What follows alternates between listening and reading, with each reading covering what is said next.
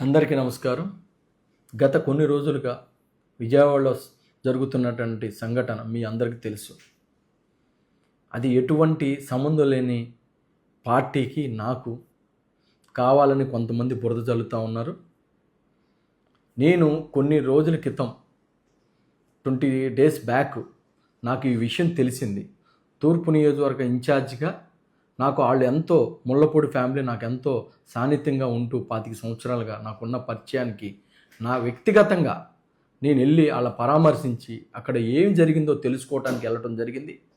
అక్కడ వాళ్ళు నాకు వివరంగా కొంత విషయాన్ని చెప్పటం, దాని తర్వాత పోలీసు వారితో నేను మాట్లాడటం, పోలీసు వారేమో అరెస్ట్ వారెంట్ ఉంది, ఆ వ్యక్తి దొరకట్లేదు, మాకు సంబంధం లేదని వాళ్ళు మాట్లాడటం, లేదు ఉన్నారు కంపల్సరీ లాకప్లోనే ఉన్నాడు, వాళ్ళు బయట పెట్టలేదని వీడు మాట్లాడటం, ఏదైనా చట్టరీత్యా చర్యలు తీసుకుంటామని వాళ్ళు చెప్పటం, దాన్నే ప్రొసీడ్ అవ్వండి అని చెప్పి మేము మాట్లాడటం జరిగింది.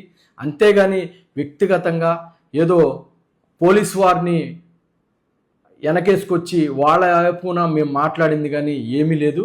ఎటువంటి ఇది సెటిల్మెంట్ కానీ ఎటువంటి ఫైనాన్షియల్ ట్రాన్సాక్షన్ కానీ మాట్లాడటం అయితే జరగలేదు. దయచేసి అందరూ అర్థం చేసుకోండి. ఇది కావాలని వైసీపీ నిన్నటి వరకు నా పేరు చెప్పనటువంటి ఆ కుటుంబం ఈరోజు కావాలని వైసీపీ నాయకులు జనసేనని పార్టీని ఆపాదించడం కోసం కావాలని అంబటి రాంబాబు గారు దగ్గరుండి మా పేర్లు చెప్పడం జరిగింది. దయచేసి మీరు అందరూ అర్థం చేసుకోండి. బాధ్యతల తరపునే జనసేన పార్టీ కానీ మేము కానీ నిలబడతాం. ఆ తల్లికి న్యాయం చేయాలనే ఉద్దేశం తప్ప మాకు ఎటువంటి ఆలోచన లేదు.